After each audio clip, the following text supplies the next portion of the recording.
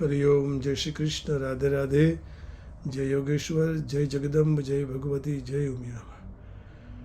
वंशीधरं तोत्रधरं नमामि मनोहरं मोहहरं च कृष्णं मालाधरं धर्मधुरं धरं च पार्थस्य सारथ्यकरं च देवं कर्तव्यदीक्षां च समत्वशिक्षां ज्ञानस्य भिक्षां शरणागतिं च ददाति गीता करुणाद्रभूता कृष्णेन गीता जगतो हिताय। श्रीमद् भगवद गीता जी रहस्यम। श्रीमद् भगवद गीता जी में कह रहे हैं कि जीवों की गति। श्रीमद् भगवद गीता जी में जीवों के गुण एवं कर्मानुसार उनकी उत्तम, मध्यम, कनिष्ठ 3 गतियां बतलाई गई है। कर्मयोग और सांख्य योग की दृष्टि से शास्त्रोक्त कर्म एवं उपासना करने वाले साधकों की गति 8वें अध्याय के 24वें श्लोक में बताई है। 8वां अध्याय और 24वां श्लोक देख लेते हैं। कोई भी बात परमात्मा ने प्रमाण के आधार पर ही कही है, बिना प्रमाण कुछ भी नहीं कहा है। अग्निर्ज्योतिः शुक्लः षण्मासा उत्तरायणं तत्र प्रयाता गच्छन्ति ब्रह्मविदो जनः। Those who know the Supreme Brahman attain the Supreme by passing away from the world during the influence of the fairy god in the light at an auspicious moment of the day, during the fortnight of the waxing moon, or during the 6 months when the sun travels in the north। तो यहाँ ये बताया गया कि साधकों की गति कैसे होती है। 24वें श्लोक में बताई। उनमें जो योग भ्रष्ट हो जाते हैं उनकी गति का वर्णन 6ठे अध्याय के 40वें और 45वें श्लोक में की है। तो अधोगति भी होती है ना, लेकिन सदगति की बात भगवान ने बताई। अब देखिए 2 श्लोकों में बताया है। जैसे 6ठे अध्याय के 40वें और 45वें।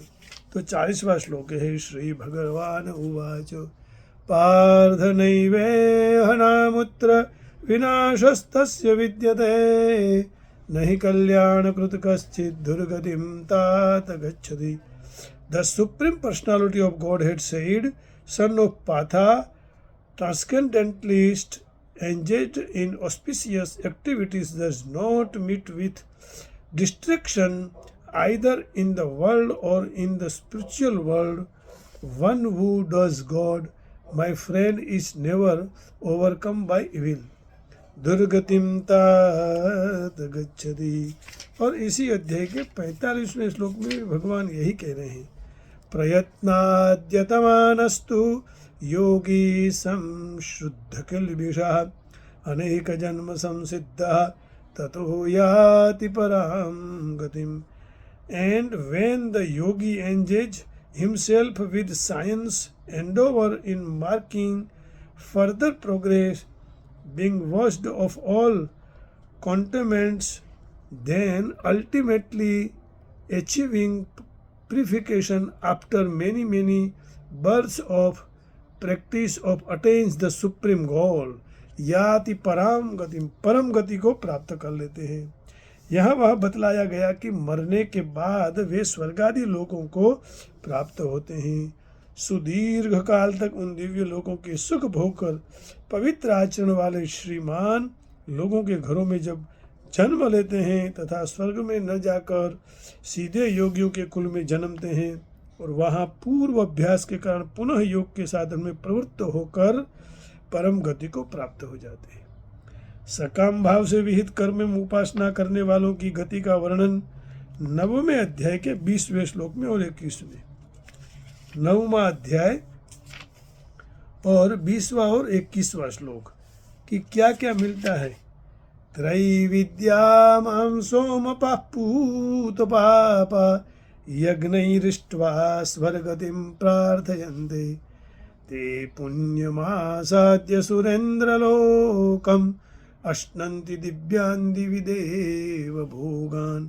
Those who study the Vedas and drink the Soma juice, seeking the heavenly planets, worship the indirectly purified of the sinful reactions, they take birth on the pious heavenly planet of Indra, where they enjoy godly delights. अब 21वें श्लोक में कहते हैं ते तं भुक्त्वा स्वर्गलोकं विशालं क्षीणे पुण्ये मर्त्यलोकं विशन्ति. एवं त्रयी धर्ममनुप्रपन्ना गतागतं कामकामा लभन्ते. When they have thus enjoyed vast heavenly senses pleasure and the result of their pious activities are exhausted, they return to this mortal planet again. Thus, those who seek senses enjoyment by adhering of the principles of the three Vedas achieve only repeated birth and death. गतागतम काम कामा लभन्ते. वहाँ स्वर्ग की कामना से यज्ञ याग आदि वेद विहित कर्म करने वालों को स्वर्ग के भोगों की प्राप्ति और पुण्य के क्षय हो जाने पर उनके पुनः मृत्यु लोक में ढकेले जाने की बात कही है. वे लोग किस मार्ग से किस स्वर्ग जाते हैं, इसकी प्रक्रिया 8वें अध्याय के 25वें श्लोक में बताया है. अब देखिए 8वां अध्याय और 25वां श्लोक. इसमें भगवान कह रहे हैं कि भाई उनकी गति कैसी होती है. धूमो रात्रिस्तथा कृष्णः षण्मासा दक्षिणायनम तत्र चांद्रमसं ज्योतिर्योगी प्राप्य निवर्तते. The mystic who passes away from this world during the smoke, the night, the fortnight of the waning moon, or the 6 months when the sun passes of the south, reaches the moon planets but again comes back. 14वें अध्याय के 14वें श्लोक में और 15वें और 18वें श्लोक में सामान्य भाव से सभी पुरुषों की गति संक्षेप में बतलाई गई है. तो 14वां जो अध्याय है उसका 14वां श्लोक ये रहा. इसमें सामान्य गति की बात की है. यदा सत्वे प्रवृद्धे तु प्रलयं याति देहभृत् तदोत्तम विदाम लोकान अमलान प्रतिपद्यते. When one dies in the modes of goodness, he attains the superior higher planets of the great sages. फिर 15वें श्लोक में कह रहे हैं रजसी प्रलयं गत्वा कर्मसंगीषु जायते तथा प्रलयनस्तमसि मूढयोनिषु जायते.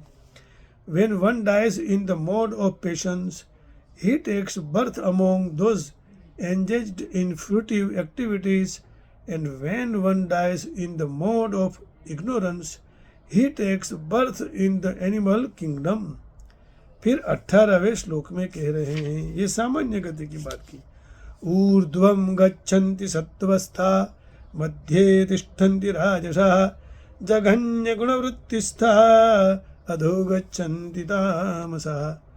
Those situated in the mode of goodness guardedly go upward to the higher planets.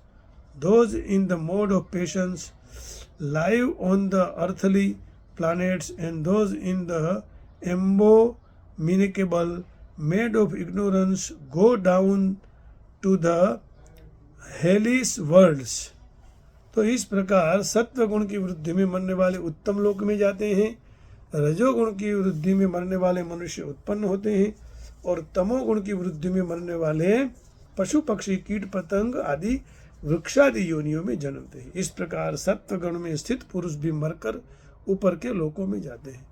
रजोगुण में स्थित राजस पुरुष मनुष्य लोक में ही रहते हैं तमोगुण में स्थित तामस पुरुष अधोगति को अर्थात नरक को और तिर्यक योनियों को प्राप्त करते हैं। 16वें अध्याय के 19वें श्लोक तक, 19वें से 20वें श्लोक तक, माने 19वें और 20वें श्लोक तक आसुरी प्रकृति के तामसी मनुष्यों के संबंध में भगवान ने कहा है। अब देखिए, इसमें देख लेते हैं कि भगवान क्या कहना चाहते हैं।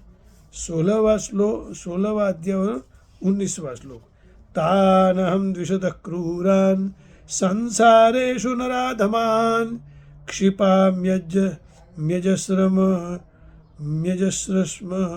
भानन् आसुरेष्वेव योनिषु। तानहं द्विषतः क्रूरान् संसारेषु नराधमान् क्षिपाम्यजस्रमश्रून् भानासुरेष्वेव योनिषु। Those who are envious and mischievous, who are the lowest among men, I permanently cast into the ocean of material existence into various demonic species of life. Asurim yoni papanna मूढ़ा जन्मनि जन्मनि माम प्राप्यैव कौन्तेय ततो यान्त्यधमां गतिम्। Attaining repeated with amongst the species of the demonic life. O son of Kunti, such person can never approach me. Gardenly thus sink down to the most abominable type of the existence. Adhamam gatim gacchati. क्षिपामि अजस्रम अश्रुभाना सुरिष्वेव योनिषु। तो यहाँ बता दिया कि इस तरह इनकी गति हो जाती है। आसुरी प्रकृति के तामसी मनुष्यों के संबंध में भगवान ने कहा है कि उन्हें बार बार आसुरी योनियों में अर्थात कुकर शुकर आदि योनियों में डालता हूँ और इसके बाद घोर नरक में गिरते हैं। इस प्रकार और स्थलों में भी गुण कर्म के अनुसार श्रीमद् भगवद गीता जी में जीवों की गति बतलाई है। मुक्त पुरुषों की गति का वर्णन विस्तार से सांख्य और योग के फल रूप में जगह जगह किया है। जीवन मुक्त पुरुषों का कहीं जाना आना ही नहीं होता, वे तो वही पर ब्रह्म परमात्मा को प्राप्त होते हैं। तो इस प्रकार यहाँ गति का वर्णन किया गया। आज यहीं सत्संग पूरा करके वाणी को विराम देते हैं। हरे कृष्णा कृष्ण कृष्ण हरे हरे, हरे राम राम राम हरे हरे। भज गोविंद गोविंद गोपाला, प्रभु कृष्ण कन्हैया तमें नंद लाला। गोविंद गोविंद गोपाला, प्रभु कृष्ण कन्हैया तमें नंद लाला। गोविंदम भज माधवम, माधवम भज गोविंदम, मोहनम भज गोविंदम, मोहनम भज गोविंदम, माधवम भज गोविंदम, गोविंदम भज गोविंदम। कृष्णं भज शिवं भज, उमां भज, भगवतीं भज, जगदम्बिकां भज भज। ओम भज भज भज ओम भज। आप सबके हृदय में बैठी हुई माँ जगदम्बा को, माँ उमिया माता को प्रणाम करके वाणी को विराम देता हूँ। हरिओम। जय श्री कृष्ण। राधे राधे। जय गीता मैया की, बरसाने वाले की जय हो। जय हो प्रभु, जय हो। सबका मंगल हो।